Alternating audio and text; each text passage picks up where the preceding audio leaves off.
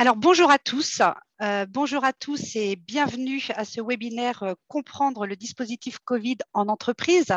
Je me présente, je suis Florence Guiton, je suis chargée de promotion des offres de services au sein de la Caisse primaire d'assurance maladie de Loire-Atlantique.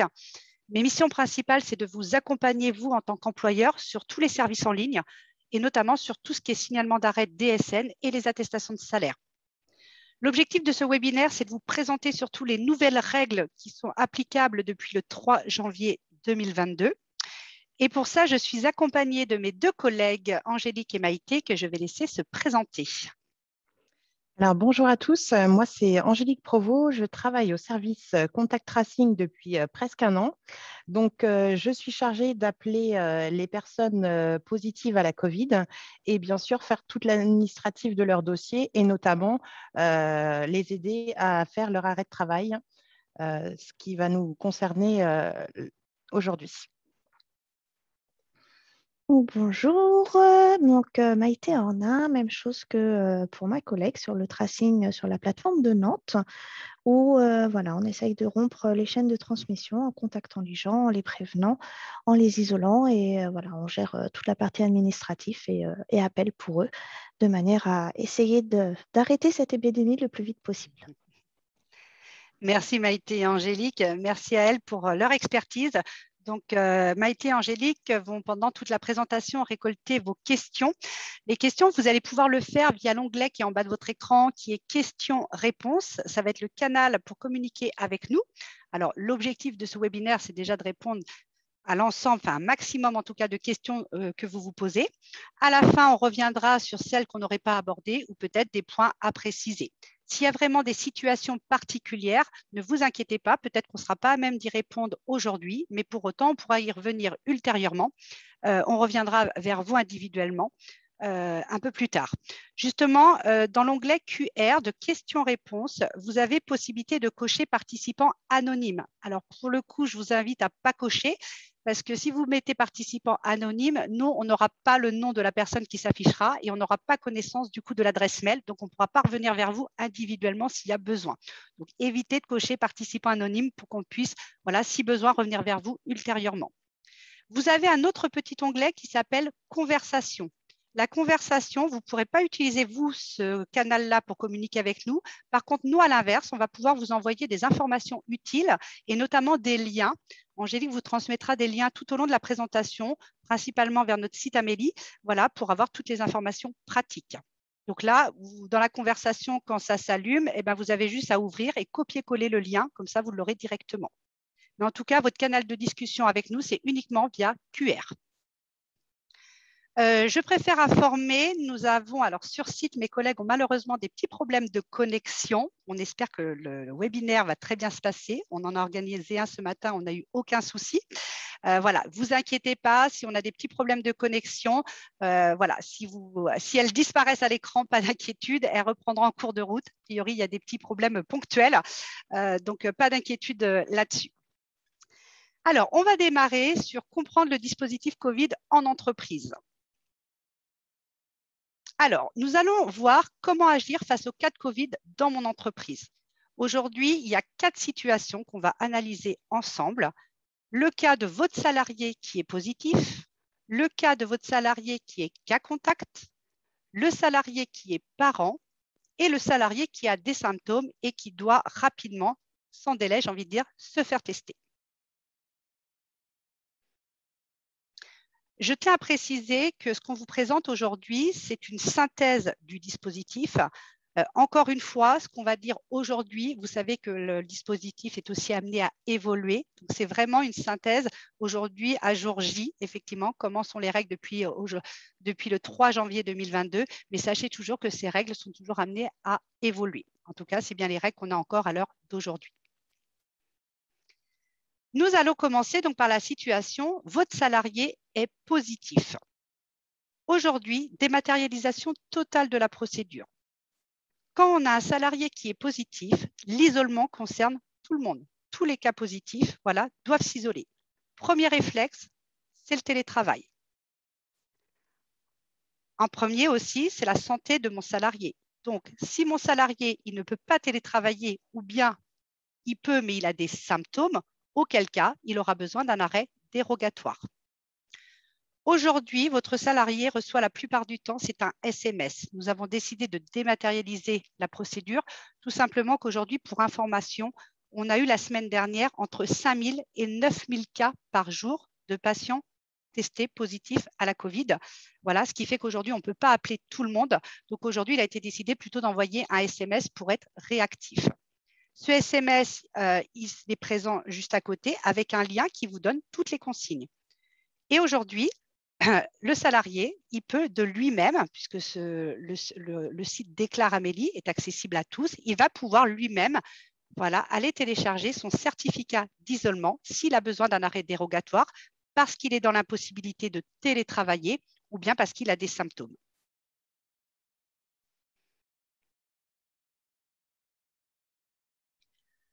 On fait un petit point sur c'est quoi le contact tracing, les sources d'information.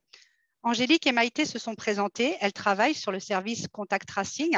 Donc aujourd'hui, elles ont pour objectif aussi d'appeler les patients qui sont positifs à la Covid.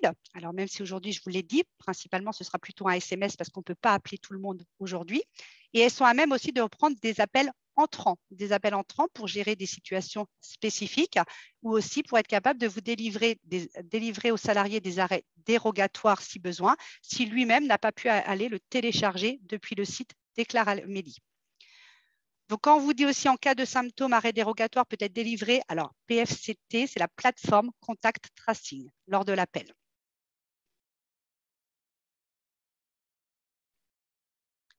Donc, je suis toujours positif. J'insiste, on est toujours dans le cadre de mon salarié, il est positif.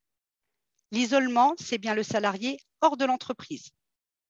Mon salarié, il peut télétravailler et il n'a pas de symptômes, il est donc rémunéré. Par contre, mon salarié, il a des symptômes où le télétravail est impossible pour lui, auquel cas, il a besoin d'un arrêt dérogatoire. Quand il va sur Déclare Amélie, il a ces 6 situations qui se présentent à lui. Dans ces cas-là, le salarié qui est positif au Covid-19 doit cliquer sur la première situation. Attention, quand je dis je suis positif, c'est bien suite à un test antigénique ou PCR. Attention, ça ne rentre pas si c'est un autotest positif. Là, auquel cas, on serait dans la 3e situation. Donc, quand je suis positif au Covid, c'est suite à un test PCR ou un test antigénique positif. De là, il fait les démarches, il clique, il suit la procédure et derrière, il va pouvoir télécharger son attestation d'isolement. L'attestation d'isolement, voilà comment elle apparaît. Attention à bien dire à vos salariés quand ils vont se déclarer, de bien lire jusqu'au bout, parce que beaucoup nous répondent aujourd'hui qu'ils n'arrivent pas à télécharger parce qu'ils n'ont pas été jusqu'au bout de la lecture. Il faut qu'ils aillent jusqu'au bout, jusqu'à la synthèse. Et à un moment donné, c'est marqué « Télécharger la synthèse ». Et télécharger la synthèse, c'est ça qui apparaîtra, c'est bien l'attestation d'isolement. Donc, dites-leur bien d'aller jusqu'au bout pour aller jusqu'à télécharger la synthèse qui donnera du coup le certificat d'isolement. Cette attestation d'isolement, elle est bien à transmettre à l'employeur. Pour information, nous, assurance maladie, nous n'avons pas besoin de cette attestation de salaire. Vous allez derrière, on va en parler tout à l'heure, devoir faire une attestation de salaire ou un signalement d'arrêt DSN. Pour autant, nous n'avons pas besoin de ce certificat, puisque nous avons connaissance tous les jours de tous les certificats d'isolement. Donc, pas besoin, cette attestation, elle est seulement pour vous, pour justifier de son arrêt dérogatoire. Attention au niveau des dates. Quand vous êtes patient positif à la Covid-19, quand vous allez vous déclarer, la date qui sera prise en compte, c'est la date du premier jour des symptômes. Voilà, ce qui sera peut-être différent du coup de votre arrêt de travail. Je vais m'expliquer clairement. Je vais donner un exemple. Nous sommes aujourd'hui le jeudi 3 février. Je suis en télétravail. Je commence à avoir quelques symptômes. Voilà, j'ai mal à la gorge, je ne suis pas très bien, mais je fais faire toute ma journée en télétravail. Le lendemain, de même, toujours en télétravail, ça ne va pas mieux, j'ai beaucoup plus de symptômes, je vais faire ma journée, mais le soir, je pense qu'il va falloir que j'aille me faire tester parce que je me sens vraiment, vraiment pas bien. Pour autant, j'ai bien travaillé jeudi et vendredi. Quand je vais me déclarer, du coup, je vais faire un test. mon test antigénique va être positif, je vais devoir aller me déclarer sur Déclaramélie. Là, pour mon attestation d'isolement, on va demander le premier jour de la date de mes symptômes. Et la date de mes symptômes, c'est le jeudi, puisque j'ai eu des symptômes dès le jeudi. Pour autant, mon arrêt de travail va démarrer que le samedi, puisque je vous ai dit, je n'étais pas bien jeudi et vendredi, mais j'ai travaillé. Donc, mon arrêt de travail va démarrer que le samedi, avec un dernier jour de travail le vendredi. Pour autant, votre certificat d'isolement, il démarrera dès le jeudi. Parce que l'attestation d'isolement, c'est l'isolement des 7 ou 10 jours en fonction du schéma vaccinal de votre salarié. Donc, nous, on tient compte des 7 jours dès le premier jour des symptômes. Donc, attention à ça. Les dates peuvent être différentes entre l'attestation d'isolement et l'arrêt de travail. Vous devez indiquer un dernier jour de travail réel. Donc, dans notre cas, même si la période d'isolement a démarré le 3 février, le jeudi 3 février, j'ai pour autant travaillé jeudi et vendredi en télétravail. Donc, mon arrêt démarrera le samedi. Pour l'attestation de salaire, l'arrêt démarrera que le samedi. Donc, le dernier jour de travail réel sera bien le vendredi.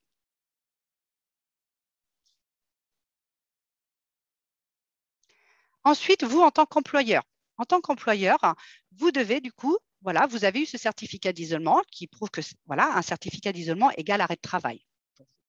Donc là, vous devez faire tout de suite une attestation de salaire. Alors, soit un signalement d'arrêt DSN, soit une attestation de salaire sur Net Entreprise. Attention, quand vous êtes en signalement d'arrêt DSN, vérifiez bien dans votre tableau de bord qu'on a bien réceptionné le signalement d'arrêt DSN. Si vous êtes sur Net Entreprise, attention aussi, par exemple, sur l'exemple que je viens de donner tout à l'heure, vous vous êtes trompé dans les dates, ça peut arriver. Pensez bien à cocher attestation rectificative. Voilà, si vous avez besoin de refaire une attestation parce que vous êtes trompé dans les dates, cochez bien attestation rectificative. Pour information et vraiment pour vous sensibiliser sur la charge, sachez que l'année dernière, en janvier 2021, on a reçu un peu plus de 54 000 arrêts de travail. En janvier 2022, nous en sommes à 105 000 arrêts de travail reçus. Juste pour vous informer effectivement de l'évolution, on n'a jamais vu ça, on n'a jamais connu ça très clairement. Donc voilà, donc c'est vraiment aussi pour vous sensibiliser qu'on a besoin aussi d'une bonne collaboration avec vous. Donc le signalement d'arrêt DSN ou une attestation de salaire sur Net Entreprise. On est bien sur ce dispositif avec 0 carence. On paye dès le premier jour d'arrêt. La règle aussi, c'est le complément de salaire. Le dispositif, la règle qui doit être appliquée aujourd'hui, c'est le maintien de salaire. Voilà, vous, pour un patient positif, voilà, il se déclare via Déclaramélie, il vous transmet son certificat d'isolement et vous faites une attestation de salaire en signalement d'arrêt DSN ou sur Net Entreprise pour nous informer de l'arrêt et payer les indemnités journalières. Encore un petit rappel, le certificat d'isolement à conserver pour vous. Nous, assurance maladie, nous n'en avons pas besoin.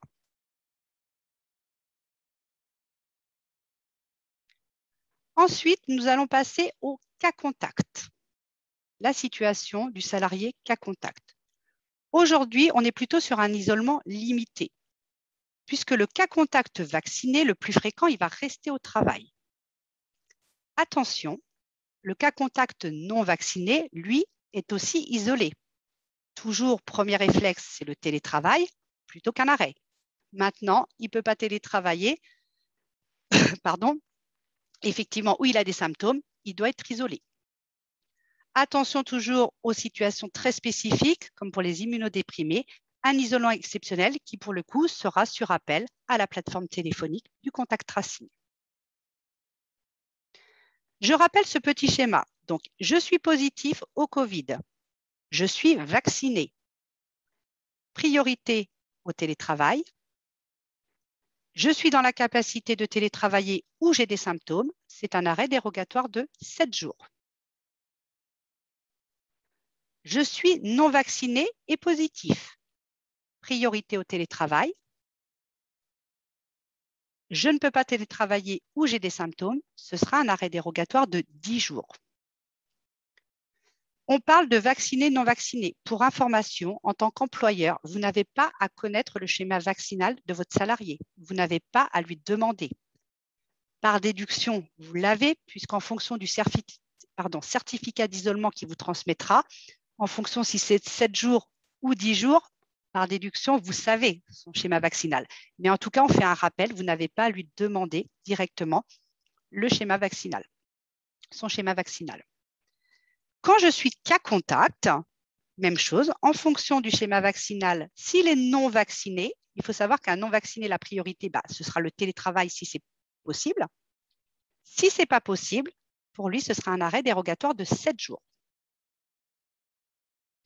Si par contre, le cas contact, il est vacciné, c'est ce qu'on va rencontrer quand même le plus souvent aujourd'hui, possibilité donc de télétravailler, mais aussi de travailler sur site, toujours avec le respect du test qu'on a fait à J0, plus J plus 2, J plus 4. Donc, le plus grand nombre aujourd'hui quand même sur du cas contact, voilà, un test dans un premier temps pour le salarié qui est à un antigénique ou un PCR, et après, il s'engage à faire ses tests à J plus 2 et J plus 4. Donc, il peut retourner soit en télétravail ou même sur site.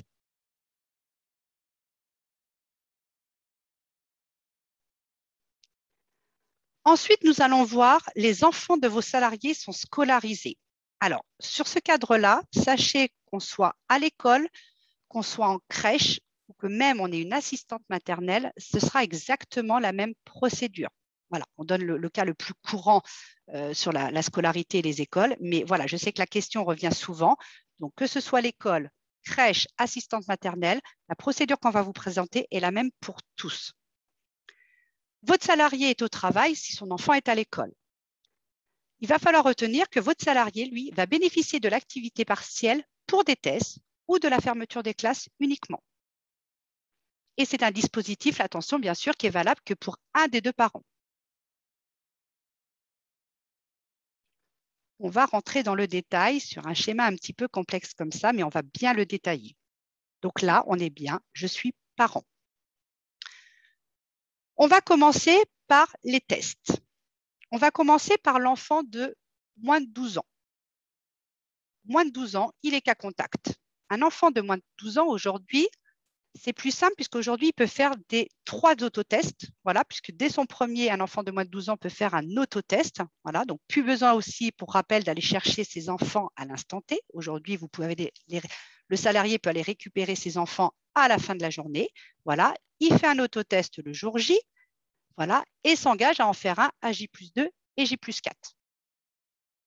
Si par contre l'enfant effectivement entre 12 et 16 ans, aujourd'hui effectivement il a besoin de prendre un rendez-vous puisqu'il peut faire soit il est obligé de faire son test à J0, soit un antigénique, soit un PCR. Donc là effectivement, ça peut aller jusqu'à 1 voire 2 journées jusqu'à l'attente des résultats et auquel cas ce sera de l'activité partielle pour un des deux parents. Aujourd'hui, effectivement, des fois, les pharmacies sont un peu saturées, les laboratoires aussi. Donc, effectivement, on peut avoir une journée d'attente pour la prise de son rendez-vous et jusqu'à peut-être une journée aussi pour l'attente des résultats. Donc là, ce sera uniquement dans le cadre des 12-16 ans. Il a ses résultats. Il était cas contact. Voilà. Donc, il attend ses résultats. Si, du coup, il est cas contact, il a un schéma vaccinal incomplet. Il ne peut pas, lui, aller à l'école. Donc, aujourd'hui, possibilité d'avoir de l'activité partielle pour un des deux parents. Si l'enfant, il est cas contact et il a un schéma vaccinal complet, son test est négatif à J0, il peut retourner à l'école. Bien sûr, on renforce les gestes barrières et on s'engage encore une fois à faire les tests à J plus 2 et J plus 4. Mon enfant, suite à ces résultats, devient positif. L'enfant positif, de 0 à 16 ans, bien sûr, ne va pas à l'école. C'est seulement dans ce cadre-là qu'il pourra avoir un arrêt dérogatoire pour l'un des deux parents pour garder ses enfants. Toujours s'il a possibilité de télétravailler, auquel cas il ne demande pas d'arrêt dérogatoire. Encore une fois, premier réflexe, c'est le télétravail. Maintenant, le télétravail n'est pas possible ou parce qu'il est dans l'incapacité, parce qu'il a des enfants en bas âge, voilà, il a besoin de faire garder son enfant. Un des deux parents peut aller se déclarer sur Déclaramélie pour obtenir un arrêt dérogatoire et un certificat d'isolement. Dans ces cas-là, la règle, c'est l'enfant qui est positif. Donc, le parent, il doit bien se déclarer sur Déclaramélie comme cas contact. Il est cas contact de son enfant qui est positif. Lorsqu'il coche cas contact, il rentrera bien dans les conditions qui lui seront présentées, comme quoi il a un enfant positif, auquel cas un des deux parents peut bien bénéficier d'un arrêt dérogatoire pour garder son enfant sur la période d'isolement. Lorsqu'une classe est fermée de 0 à 16 ans, c'est de l'activité partielle qui se présentera pour un des deux parents. Tout ce qui est activité partielle, il faut le justifier. L'exemple pour la classe fermée, votre salarié doit vous transmettre soit le mail de l'école, soit le document qui est transmis par l'ARS, voilà, qui informe d'une fermeture de classe. Il faut toujours pouvoir justifier pour avoir de l'activité partielle. Donc, vous l'aurez compris, l'activité partielle, elle est valable au moins pour les 2 jours si besoin de tests antigéniques et PCR, le temps d'attendre ces résultats. Activité partielle dans le cadre d'un enfant qui a un schéma vaccinal incomplet et dans le cadre d'une fermeture de classe. L'assurance maladie ne délivre qu'un arrêt dérogatoire possible pour un des deux parents uniquement si l'enfant est positif. Voici la règle. Vraiment, si l'enfant est positif, c'est de l'arrêt dérogatoire. Sinon, c'est de l'activité partielle. On entend par activité partielle chômage partiel. Voilà. Enfin, comment protéger mon entreprise? Là, on est dans le cadre, c'est que mon salarié doit réagir tout de suite en cas de symptômes ou de tests nécessaires. L'objectif, voilà, c'est de se faire tester sans délai. On va préconiser la téléconsultation en cas de symptômes. L'objectif aujourd'hui de ne pas se déplacer et encore moins d'aller contaminer toute une salle d'attente. Donc, mettre en avant plutôt la téléconsultation. Et aujourd'hui, on va avoir aussi la possibilité pour les tests, avoir des arrêts dérogatoires si nécessaire sur Déclaramélie quand le télétravail est impossible. Un peu la même chose que les enfants tout à l'heure. Votre salarié doit se faire tester immédiatement. Il a besoin de prendre sa journée, voilà, pour prendre son rendez-vous pour aller se faire tester. Il va aller sur Déclaramélie. Je suis assuré, salarié du privé. Et là, il va aller cocher sur « J'ai des symptômes » ou « J'ai un autotest positif ». De là, il va pouvoir récupérer un arrêt d'1 jour dérogatoire pour déjà aller se faire tester avec un PCR ou un antigénique. Une fois qu'il aura fait son test, il retournera sur cette même situation et là, il pourra aller récupérer, on lui aura donné un code initialement la première fois et il pourra réutiliser ce code pour valider éventuellement une 2e journée s'il a besoin encore d'attendre une journée pour le temps d'avoir ses résultats. Au maximum, normalement, on ne doit pas dépasser les 2 jours entre faire son test et l'attente des résultats. Donc, pour se faire tester le plus rapidement possible, effectivement, possibilité pour le salarié d'avoir au moins 2 jours, jusqu'à 2 jours maximum d'arrêt dérogatoire entre les tests et les résultats de son test. C'est très important de cocher les bonnes situations. Il faut vraiment sensibiliser vos salariés là-dessus. Attention de bien lire complètement. Voilà, toutes les conditions sont bien présentées, mais effectivement, c'est d'aller cliquer dans la bonne situation où le salarié se trouve. Mieux tester pour favoriser la reprise au travail. L'intérêt des tests aujourd'hui est de veiller à la santé de vos équipes et au maintien des effectifs. Oui, votre salarié aujourd'hui peut reprendre plus tôt en cas de nouveaux tests négatifs. Je rappelle aujourd'hui la règle. Quand on est cas contact, si on a un schéma vaccinal incomplet, on doit se faire tester immédiatement et on s'isole pour 7 jours. Un schéma vaccinal complet, ce qu'on rencontre le plus souvent quand même aujourd'hui, on se teste immédiatement et on s'engage à faire ces tests à J+2 et J+4. Je rappelle encore une fois sur le schéma vaccinal complet ou incomplet, vous n'avez pas à demander le schéma vaccinal de votre salarié. Donc, c'est un peu, encore une fois, par déduction au niveau des délais que vous aurez, comment ça s'appelle, sur le certificat d'isolement qui vous donneront effectivement un peu l'indication. Mais en aucun cas, vous avez à demander le schéma vaccinal. Pour information, quand on dit schéma vaccinal complet ou incomplet, c'est quand vous êtes sur l'appli tous anti-Covid. Vous avez la date dessus, jusqu'à quand est valable votre schéma vaccinal. C'est la date qui est indiquée sur l'appli qui indique si le schéma vaccinal est complet ou non. Quand on est positif à la Covid, rappelez-vous, un schéma vaccinal incomplet ou non vacciné, on est sur un isolement de 10 jours, mais le salarié aura possibilité à J+7 de faire soit un antigénique ou un PCR, et auquel cas, s'il est négatif, il peut reprendre le travail plus tôt.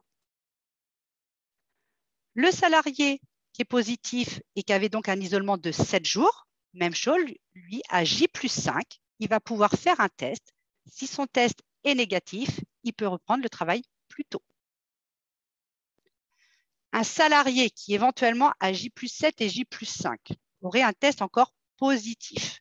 Mais si celui-ci n'a plus de symptômes et qu'il est en mesure de télétravailler, là je parle du coup uniquement de télétravail, auquel cas on peut aussi faire une reprise anticipée. S'il estime qu'il est à même de pouvoir télétravailler, et uniquement dans ce cas-là, puisqu'il aurait encore un test positif, auquel cas vous pouvez faire une reprise anticipée. Sinon, voilà, s'il est positif et qu'il doit autrement revenir sur site, non, il doit finir sa période d'isolement, auquel cas elle est de 10 jours pour tout ce qui est non vacciné, schéma vaccinal incomplet, ou de 7 jours pour un schéma vaccinal complet. Au bout, par contre, de la période d'isolement, vous n'avez pas à demander de justificatif, puisque de toute façon, c'est la période qui est donnée, c'est la période dite, on va dire, on n'est plus contagieux. C'est-à-dire qu'à J+7, on estime qu'on n'est plus contagieux, donc on peut revenir au travail. Donc, autant là, effectivement, ils doivent s'engager à faire un autotest, un test antigénique ou un PCR qui dit c'est négatif, je peux revenir travailler éventuellement sur site. Voilà. Sinon, ils vont jusqu'au délai. Et là, pas besoin de justificatif. S'ils vont à J+7 ou à J+10, voilà, en fonction de leur schéma vaccinal. Si on est dans de la reprise anticipée, j'ai fait mon test, il est négatif, je peux reprendre plus tôt. Vous avez, vous, en tant qu'employeur, un nouveau signalement d'arrêt DSN à effectuer pour le motif reprise anticipée. Même chose, soit un signalement d'arrêt DSN, soit une attestation sur Net Entreprise, voilà, pour le motif reprise anticipée. Là, il faut être très réactif puisque l'objectif pour nous, c'est de stopper le paiement des indemnités journalières. Donc là, on saisit un signalement d'arrêt DSN très rapidement pour qu'on puisse stopper au plus vite le paiement des indemnités journalières.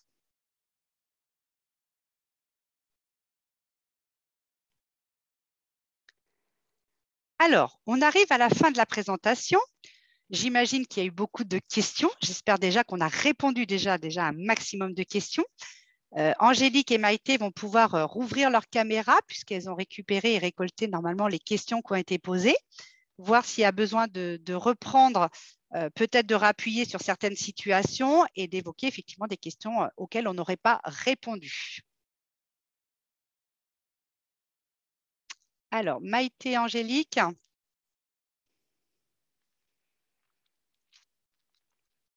J'ai eu peur de vous avoir perdu.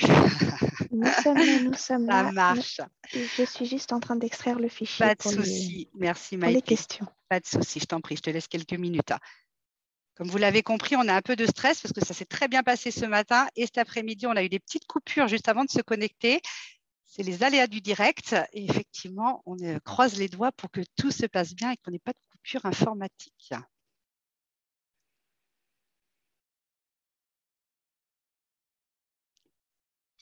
Le temps que Maïté refasse un petit récap des questions, pour vous rappeler aussi que vous inquiétez pas, on va vous transmettre dès la semaine prochaine un mail de remerciement avec le replay. Vous aurez aussi la présentation qui vous sera transmise. On remettra aussi les liens qu'Angélique vous a envoyés au fil de l'eau de la discussion. Donc, pas d'inquiétude si vous n'avez pas réussi à copier-coller ou à ouvrir les liens. On vous retransmet tout et on reprendra aussi des éléments de réponse sur lesquels on pense qu'il sera important, au vu des questions, de peut-être réexpliquer. Hein, donc, tout ça vous sera transmis dès la semaine prochaine. Les filles, je vous laisse la main. Effectivement, on est prête, Florence. Je vous en prie. Alors, on va commencer par les premières questions qui ont été posées. Quel justificatif le salarié peut-il nous transmettre pour attester de son obligation d'isolement lorsqu'il est cas contact? Alors, tout simplement, les cas contacts, on n'a plus la possibilité de les contacter par téléphone. Donc, on leur envoie un SMS dès qu'on a connaissance qu'ils sont cas contacts. Donc, à ce moment-là, comme justificatif, ils peuvent, dans un premier temps, fournir une capture d'écran du SMS. Ensuite, s'ils sont cas contact non vaccinés, ils vont devoir être à l'isolement. Donc, ils vont faire leur démarche sur le site Déclare Amélie et donc ils vous fourniront ultérieurement l'attestation d'isolement qui vaut arrêt de travail. Alors, deuxième question, est-ce que les salariés Covid peuvent moduler la durée de leur arrêt de travail sur le site Amélie ? Donc non, lorsqu'ils vont effectuer leur déclaration sur Déclare Amélie, on va leur demander donc, la date des symptômes. S'il n'y en a pas, on va leur demander la date du test.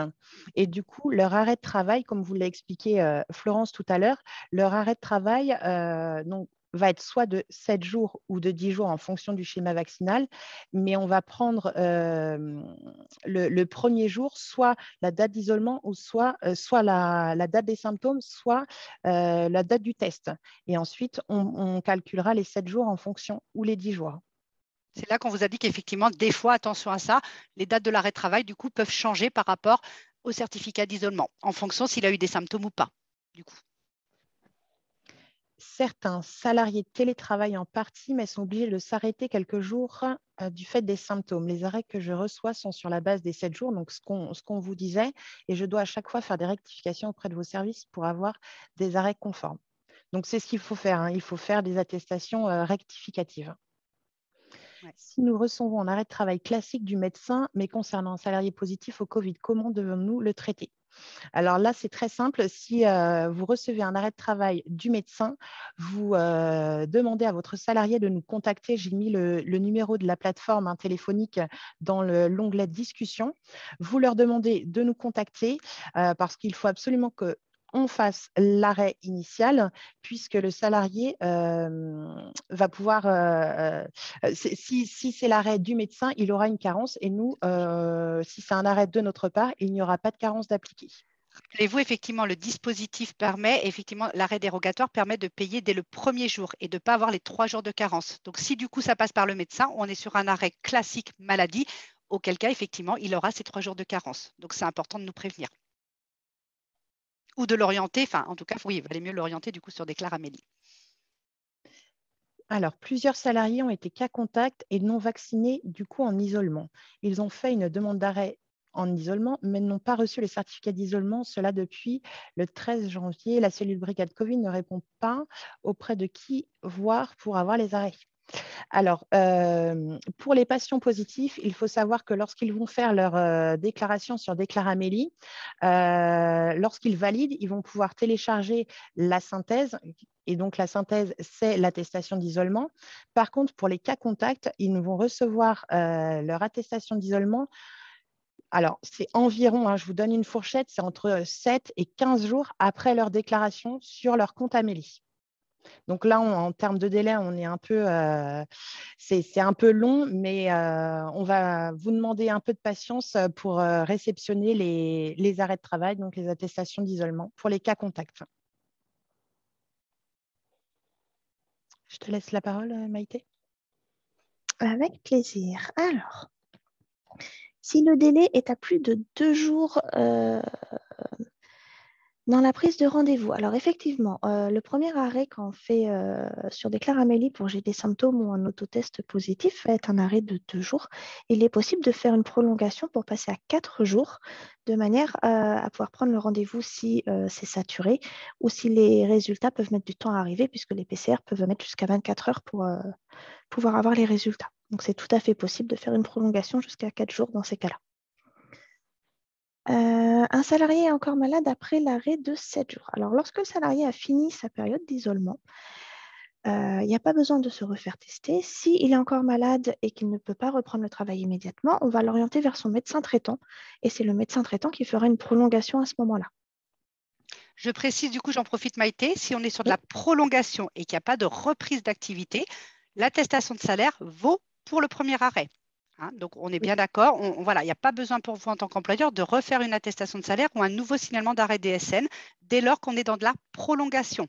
Même chose, je vais anticiper du coup, il y a la question qui nous a été posée ce matin, en cas de chevauchement de certificat d'isolement. Je donne l'exemple. Au départ, je suis parent d'un enfant positif, donc j'ai eu un arrêt dérogatoire pour garder mon enfant. Et du coup, 3-4 jours, moi, j'étais cas contact, je me suis fait tester, je suis à mon tour positif. Donc, du coup, je vais me déclarer et effectivement, je vais aussi avoir un nouveau certificat d'isolement qui va prolonger. Donc là, pour le coup, nouveau certificat d'isolement, mais on est sur un chevauchement. Donc, c'est comme de la prolongation. Donc, du coup, nous, on aura connaissance des dates. Donc, vous, une seule attestation de salaire, celle de départ est toujours valable puisque le dernier jour travaillé reste le même. D'accord. Donc, on est bien sur un seul signalement d'arrêt de travail. Et là, dans ce cadre-là, effectivement, c'est de la prolongation par le médecin traitant, mais pas de reprise d'activité. Donc, c'est de la prolongation. Alors, j'ai une salariée qui a été testée Covid, mais elle ne peut pas faire sa déclaration sur le site. Alors, effectivement, il y a un délai pour pouvoir faire sa déclaration d'arrêt sur Déclaramélie qui va être entre 4 et 10 jours, il me semble. Si jamais ce délai-là est dépassé, il ne faut pas s'inquiéter. Ça ne veut pas dire qu'il n'y aura pas d'arrêt. Il suffit d'appeler la plateforme et à ce moment-là, c'est nous qui allons générer l'arrêt pour le salarié. Dans les EHPAD, les salariés positifs à la Covid mais asymptomatiques peuvent-ils venir travailler? Alors effectivement, les personnels soignants ont une dérogation qui leur permet de quand même venir travailler s'ils sont positifs et asymptomatiques. Mais ils peuvent également, en cas de besoin, se mettre en arrêt, sous condition d'accord évidemment de leur responsable. Alors, que faire si un salarié est reconnu cas contact d'un autre salarié et qu'il refuse de se faire tester? Alors, si le cas contact refuse de se faire tester, à ce moment-là, il y a une mise en isolement automatique de 7 jours. Par précaution, si le test ne peut pas prouver qu'il est négatif, à ce moment-là, on le met en isolement sur la période où il risque d'être contagieux pour ses collègues. Et je passe la suite à Angélique. Alors, comment faire si le salarié ne reçoit aucun document arrêt dérogatoire pour garder son enfant qui est positif? Donc là, on l'a dit tout à l'heure, le parent est à ce moment-là cas contact. Donc pour les cas contacts, il fait la même démarche sur Déclaramélie. Il se déclare cas contact, mais l'attestation d'isolement arrivera plus tard. Activité partielle possible pour assistante maternelle positive au Covid. Donc oui, effectivement, une assistante maternelle positive à la Covid va aller se déclarer donc comme positive sur Déclaramélie. On va lui donner une attestation d'isolement qu'elle devra remettre aux parents employeurs. Les parents employeurs pourront faire une demande auprès de vous, les employeurs, pour du chômage partiel. Donc, comme justificatif, ils fourniront l'arrêt de travail de l'assistante maternelle et le contrat de travail qui lie les deux parties comme justificatif. Oui, merci Angélique. Effectivement, j'avais oublié de le préciser. Effectivement, ils doivent vous justifier. De toute façon, pour les chômages partiels, il faut vraiment faire la demande auprès des salariés sur les justificatifs. Comment fait-on dans le cas d'un parent positif en arrêt dérogatoire, enfant positif également? Est-ce que le deuxième parent peut bénéficier d'un arrêt dérogatoire pour garder les enfants? Alors, j'ai envie de répondre oui, le deuxième parent peut bénéficier d'un arrêt dérogatoire dans la mesure où le parent positif n'est pas en mesure de garder les enfants positifs. Ça va être en fonction de la santé du parent positif que l'on va ou non attribuer un arrêt dérogatoire au deuxième parent. À ton tour, Maïté. Alors, reprise anticipée, quel justificatif à transmettre à l'employeur? Alors, il n'y a pas de justificatif particulier puisque vous ne pouvez pas demander ni le schéma vaccinal ni les tests. On va juste faire confiance. Par contre, le salarié peut nous contacter de manière à ce qu'on enregistre sa reprise anticipée et après, ça va être à vous de faire la démarche de reprise anticipée de votre côté. Alors, l'activité partielle n'est plus acceptée par la directe pour les enfants cas contact, les nounous. Alors oui, vous êtes plusieurs à nous remonter cette information. Donc nous, on en a pris note et on va pouvoir se renseigner de notre côté et revenir vers vous par la suite pour éclaircir effectivement ce point un petit peu obscur pour tout le monde. Donc on reviendra dessus. Quel justificatif demander lors de l'absence pour le test? Alors normalement, S'il y a une absence pour se faire tester, c'est que la personne est cas contact. Si elle n'a toujours pas eu de nouvelles de notre côté, soit un appel, soit un mail, il ne faut pas hésiter à ce qu'elle demande à la personne positive de nous contacter pour être déclarée. Et à ce moment-là, on pourra l'enregistrer et la personne recevra le justificatif à vous présenter. C'est l'exemple qu'on donnait aussi. Je me permets, Maïté, du coup, si vous Oui. savez, vous, dans l'entreprise, vous avez un salarié qui est positif, voilà, que du coup, ses collaborateurs, voilà, sont du coup cas contact parce qu'ils travaillent dans le même bureau et que voilà, ils ont été à un moment donné sans masque ou quoi que ce soit. Là, auquel cas, effectivement, il faut inciter le salarié qui est positif à tout de suite appeler la plateforme du contact tracing, voilà, pour après donner un document, effectivement, qui servira de justificatif comme quoi ils sont bien cas contact. Peut-on avoir un premier arrêt en tant que cas contact, un deuxième pour être positif et un troisième pour un arrêt d'enfant de moins de 16 ans positif? Oui, effectivement, on peut cumuler les situations et les enchaîner. Dans tous les cas, le premier arrêt sera pris en compte et les autres seront une prolongation du coup du premier sur le temps nécessaire. Alors, un salarié nous a fourni 2 attestations d'isolement pour une durée totale de 20 jours. Comment cela est-ce possible? Alors, il peut arriver lorsqu'il y a un arrêt justement cas contact, puis un arrêt positif, et que la personne n'arrive pas à le récupérer directement sur Internet. Lorsque la personne nous appelle et que c'est nous qui faisons l'arrêt, on met la période globale sur une seule attestation isolement plutôt que de fournir 2 papiers, puisque la date du dernier jour travaillé sera la même pour les 2 arrêts. Donc, dans ces cas-là, on simplifie la procédure en mettant une seule attestation. Et je vais du coup soumettre des questions à Florence auxquelles elle pourra vous répondre. Quid des écoles qui ne respectent pas l'obligation d'accueil du personnel soignant et quelle réglementation? Alors, le coût des écoles, là, pour le coup, il faut se rapprocher de l'enseignement, enfin de l'éducation nationale, parce que là, pour le coup, ce n'est pas de notre ressort. Effectivement, l'école, normalement, se doit d'accueillir le personnel, les enfants du personnel soignant. Donc là, on ne sera pas en mesure de répondre pour eux. On m'a indiqué que le maintien est limité à 90% et vous évoquez un maintien total. Normalement, alors je sais que ça a posé des questions. Je n'ai pas eu de retour depuis ce matin, donc on reviendra sur la règle à appliquer sur le maintien de salaire. Je sais que beaucoup m'ont posé la question ce matin, notamment aussi dans le cadre des conventions de chacun, des intérimaires. Donc on reviendra sur la règle vraiment qui doit être appliquée, vous, en tant qu'employeur. Hein, on reviendra très clairement, on n'a pas tout le détail. Donc, on reviendra dans le mail de remerciement la semaine prochaine. On remettra effectivement la règle à appliquer concernant le maintien de salaire. Si le salarié reprend en télétravail avant la fin de son arrêt, que devons-nous déclarer sur e-jeudi pour que cette reprise soit prise en compte? C'est une attestation de salaire pour motif reprise anticipée, puisqu'il reprend plus tôt. Donc attention, hein, il est censé normalement pas avant J+7. J+7, je dis pas de bêtises. Voilà, si c'est quelqu'un qui est non vacciné, alors schéma vaccinal non complet, ou J+5 s'il est vacciné. Voilà, donc de bien respecter au minimum ce délai-là. Après, pareil, on n'a pas à demander les résultats du salarié, des tests. Voilà, après, c'est du bon sens aussi. Enfin, voilà, parce qu'aucun intérêt pour lui de reprendre plus tôt. Dans ces cas-là, il finit sa période d'isolement complète. Donc, par contre, vous, s'il est en mesure voilà, soit parce qu'il a un test négatif, ou soit parce qu'en plus, il peut télétravailler à partir de la période J+5 ou J+7. Là, par contre, vous devez faire tout de suite une attestation de salaire ou un signalement d'arrêt DSN pour motif reprise anticipée, pour qu'on puisse stopper les indemnités journalières. Alors, je vais reprendre du coup les dernières questions qui sont apparues sur le canal QR.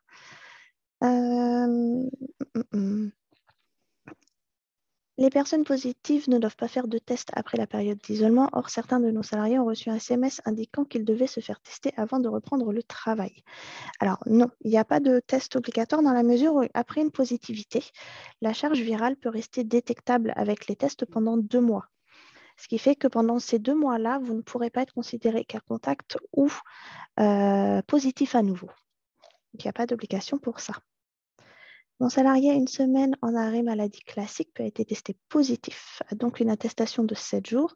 La subrogation s'applique seulement au 2e arrêt. Comment faire? Là, je laisse la main à Florence. Tu peux répéter le premier arrêt? Le premier arrêt est un arrêt classique. Alors, arrêt classique, donc pas Covid, ok. Puis un arrêt Covid de 7 jours. La subrogation s'applique seulement au 2e arrêt. Comment faire? Alors, normalement, on va prendre, si c'est de la prolongation, c'est la première qui va être prise en compte. Donc, au risque de la première va être prise en compte. Donc, on risque d'être en non-subrogation, puisqu'on ne vous demande pas de refaire une attestation de salaire. On est bien sur un premier arrêt, enfin je l'entends comme ça, je ne vérifie pas la sur-question-réponse, c'est-à-dire qu'on a un premier arrêt maladie du médecin et après s'enchaîne avec un arrêt dérogatoire Covid. Donc du coup, on est sur de la prolongation, donc c'est l'attestation initiale qui prend effet. Là, pour le coup, il faut nous alerter assez rapidement pour voir ce qu'on peut faire, mais pour moi, ce sera la première qui sera prise en compte, donc on risque d'être sur de la non-subrogation. Je vais me renseigner auprès des indemnités journalières, parce que c'est un cas un peu spécifique, on va dire. Donc, on reviendra. La question, de toute façon, si vous êtes, on va retrouver toutes les questions que vous nous avez posées. Donc, je reprendrai, on vous répondra individuellement sur ce cas particulier.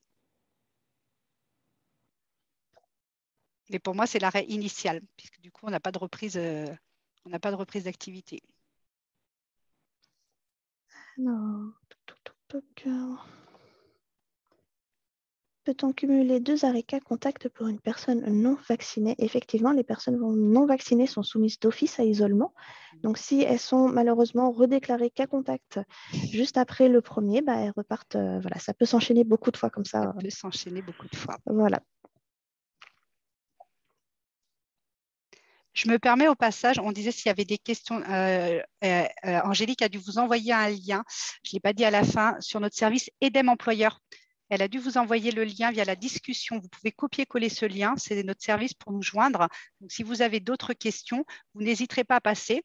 Nous, du coup, vous avez juste à cocher pour assistance à la saisie en ligne.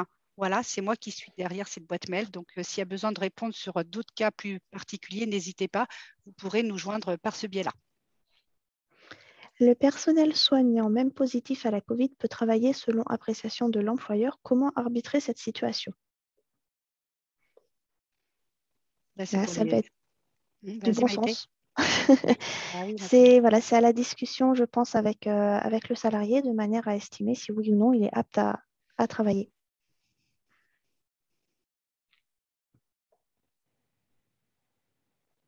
Alors, si un salarié était positif et isolé durant 10 jours, ses enfants ont le Covid, donc elle reste en arrêt. Alors, effectivement, si ses enfants deviennent positifs derrière et qu'ils ont moins de 16 ans, la personne peut demander à rester en arrêt le temps de garder ses enfants. Encore une fois, l'arrêt dérogatoire, c'est pour un seul des deux parents. Voilà. Si un salarié positif mais sans symptômes et qui peut télétravailler, devons-nous faire un signalement maladie? Or non, dans la mesure où le salarié continue son activité.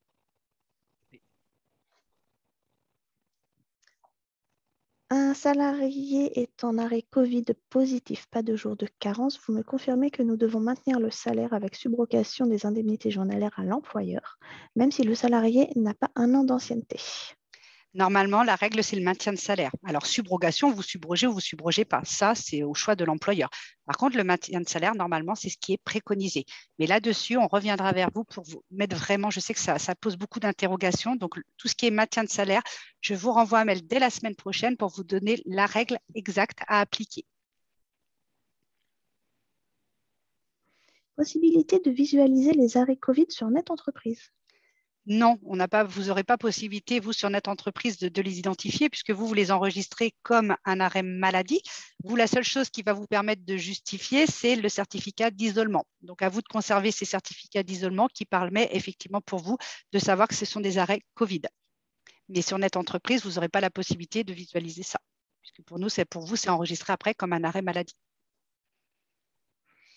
Alors là, on nous met pour l'assistante maternelle positive. On m'a dit que c'était de l'isolement pour garde d'enfants. Alors, si elle est elle-même positive, elle a le droit à un arrêt qu'elle peut faire sur Déclaramélie.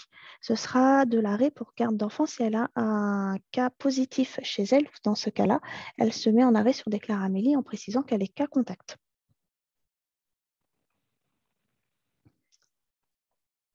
Hop, de mon côté, au niveau des questions sur le QR, c'est bon.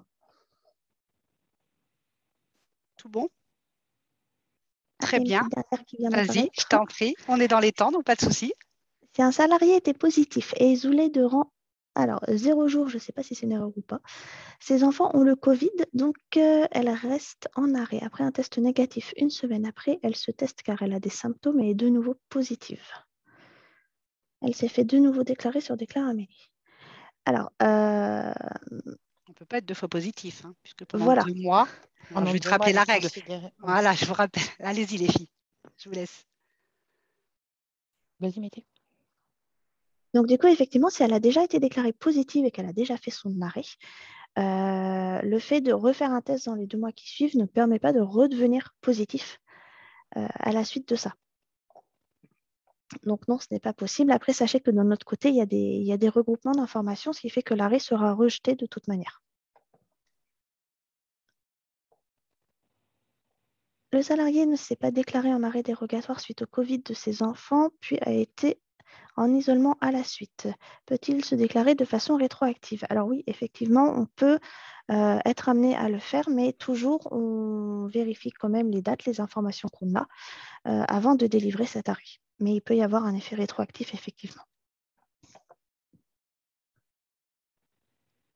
Comment cela fonctionne lorsqu'un salarié n'est pas vacciné et a des symptômes? Angélique? Répète la question, Maïté, s'il te plaît. Comment cela fonctionne lorsqu'un salarié n'est pas vacciné et a des symptômes? Alors, du coup, s'il n'est pas vacciné et qu'il a des symptômes, il peut déjà aller sur Déclare Amélie.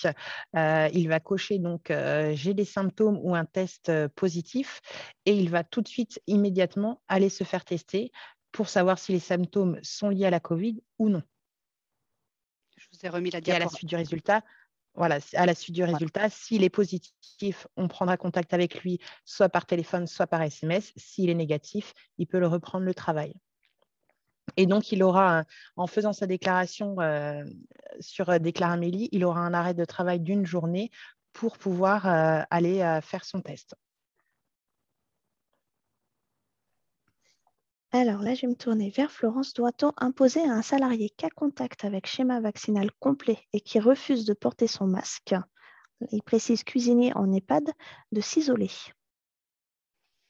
Alors, il est dans quel cadre? Il est cas Cas contact, c'est contact ça? avec un Schéma schéma vaccinal vaccinal complet. complet. Donc, il peut travailler, mais il refuse de porter son masque. Ah bah non, mais là, c'est les règles en entreprise, hein. Donc là, Voilà. encore une fois, c'est du bon sens, hein. Là, pour le coup, c'est des obligations. Enfin, si, c'est des obligations aujourd'hui, c'est gestes barrières renforcés. Donc aujourd'hui, il doit travailler avec son masque. Voilà. En plus, son activité aujourd'hui n'est pas télétravaillable, donc aujourd'hui, il se doit de porter le masque. Mais par contre, de notre côté, je ne pense pas qu'on pourra lui faire d'arrêt dans la mesure où il a un schéma vaccinal complet et que donc il peut travailler. Il peut travailler. Et il n'y a plus de questions. Ah si on a un premier arrêt classique puis une prolongation Covid, devons-nous faire une deuxième déclaration sur DSN? Alors normalement, c'est ce qu'on disait tout à l'heure. Non, puisque normalement, c'est de la prolongation d'arrêt. Maintenant, à savoir comment ça va primer. Donc ça, on reviendra vers vous parce qu'effectivement, on est sur un arrêt classique. Donc pour nous, en plus, arrêt classique, il y a les 3 jours de carence, mais après, on est sur de la prolongation puisqu'il n'y a pas eu de reprise d'activité. Donc normalement, c'est de la prolongation et normalement, c'est le premier signalement d'arrêt DSN qui suffit. Donc après, je vais revoir justement sur cette prolongation dans le cas où effectivement on est sur plutôt un arrêt classique d'abord et après la particularité où on est sur un arrêt Covid ensuite. Alors, j'ai une autre salariée qui a été positive et a eu une attestation d'isolement du 6 au 8 alors qu'elle n'est pas venue travailler pendant 5 jours. Comment doit-on se faire indemniser pour les 2 jours restants? Alors, elle n'a pas été travaillée Il y a une pendant… attestation d'isolement qui a été faite du 6 au 8. Alors, 6 au 8, ça c'est un arrêt dérogatoire pour des tests. On est d'accord, les filles. 6 au 8, c'est les maximums, enfin les 2 jours qu'on doit avoir entre prendre son rendez-vous pour son test et jusqu'à la date des résultats. Donc, elle a eu 2 jours, d'accord. Alors qu'elle n'est pas venue travailler pendant 5 jours. Comment doit-on se faire indemniser pour les 2 jours restants? Alors là, en lisant la question, au début, c'est bien noté que la salariée a été testée positive. Donc là, je pense que c'est tout simplement une erreur de la part de la salariée lorsqu'elle a fait sa déclaration sur Déclare Amélie. Donc là, en cas d'erreur d'attestation, elle doit prendre contact avec nous. Je vous ai mis plusieurs fois le numéro de téléphone de la plateforme. Donc là, faut En qu'elle même temps, nous elle a appelle. peut-être… Je me permets, Angélique, parce que là, du coup, elle a juste Ou elle a envoyé peut-être les 2 télétravaillé jours et je aussi. pense qu'elle n'a pas été autrement jusqu'à déclarer Amélie pour avoir son certificat d'isolement de 7 jours derrière, parce qu'au départ, elle a eu ces 2 jours, effectivement, pour se faire tester, en fin de compte, et l'attente de ses résultats. Donc, elle vous a transmis a priori que ce document-là. Donc, ensuite, effectivement, elle aurait dû retourner sur Déclaramélie, comme quoi elle était positive à la Covid, et là, télécharger son certificat d'isolement de 7 jours. Oui, il y a peut-être un problème sur ce dossier-là. Donc, le plus simple dans ces cas-là, donner à vos salariés notre numéro de téléphone pour qu'elles puissent nous rappeler.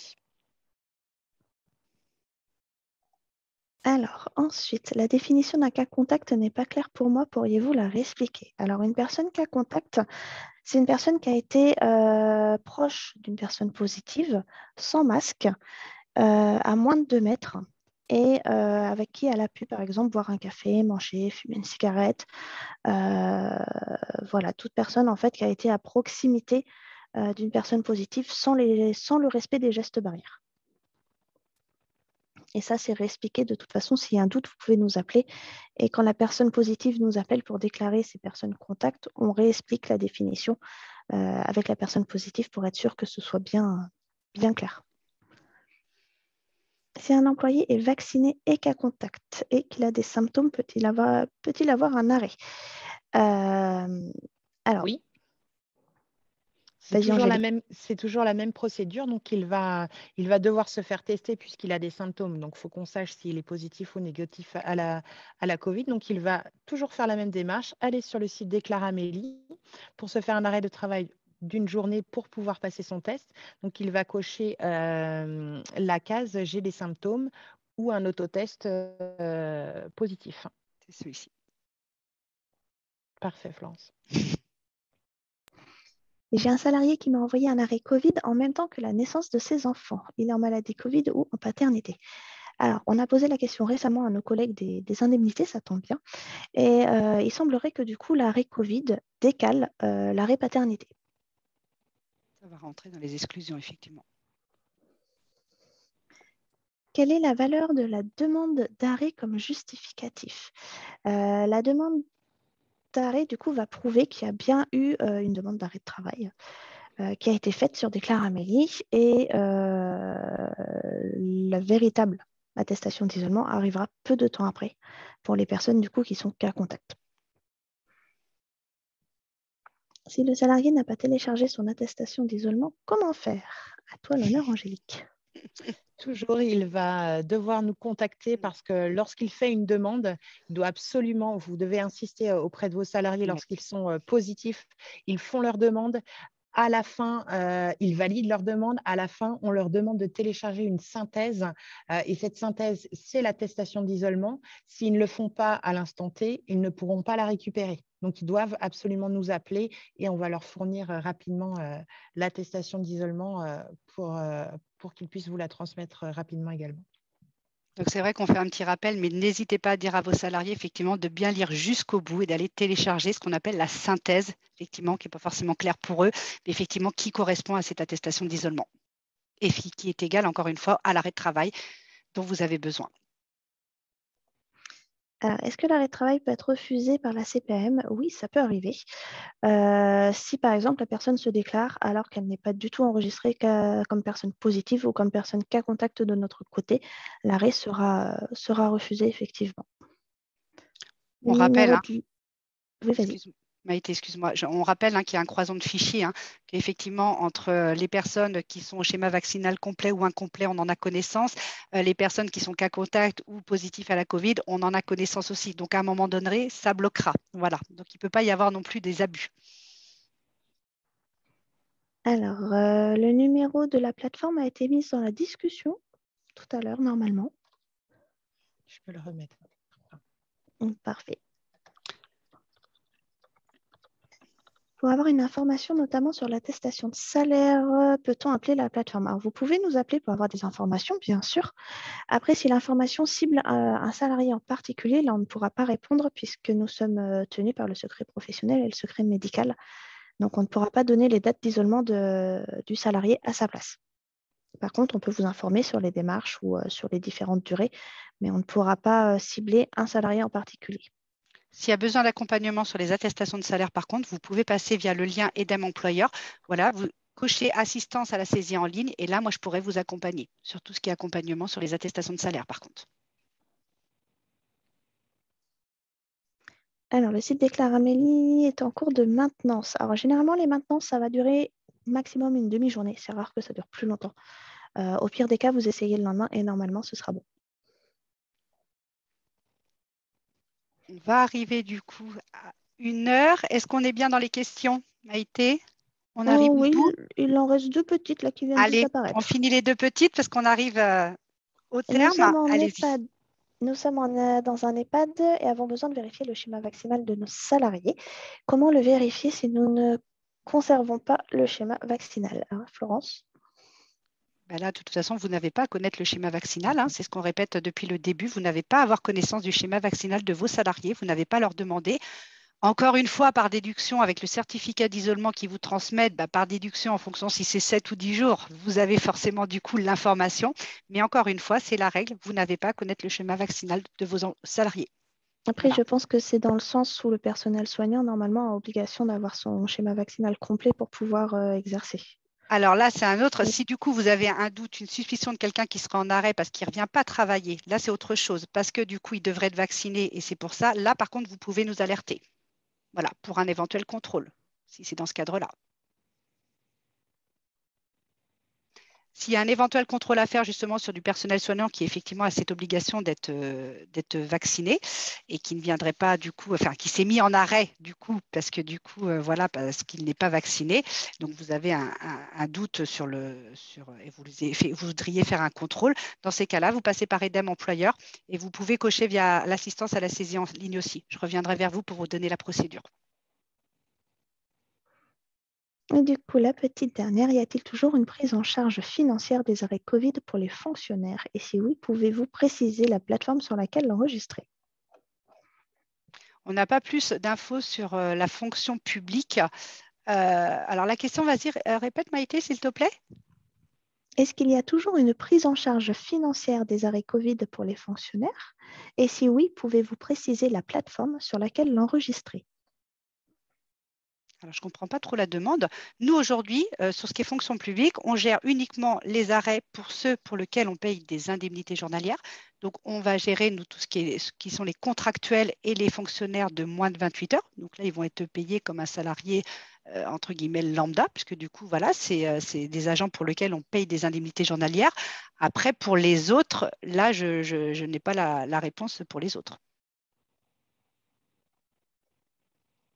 Et pour les questions, du coup, de notre côté, c'est bon. On va vous remercier du coup pour votre participation. Encore une fois, on vous informe bien que vous allez recevoir dès la semaine prochaine le replay et la présentation. On va reprendre aussi des éléments de réponse sur des questions qui ont été posées. J'ai bien retenu sur le maintien de salaire, sur aussi l'enchaînement sans reprise d'activité sur un arrêt maladie classique et un arrêt Covid.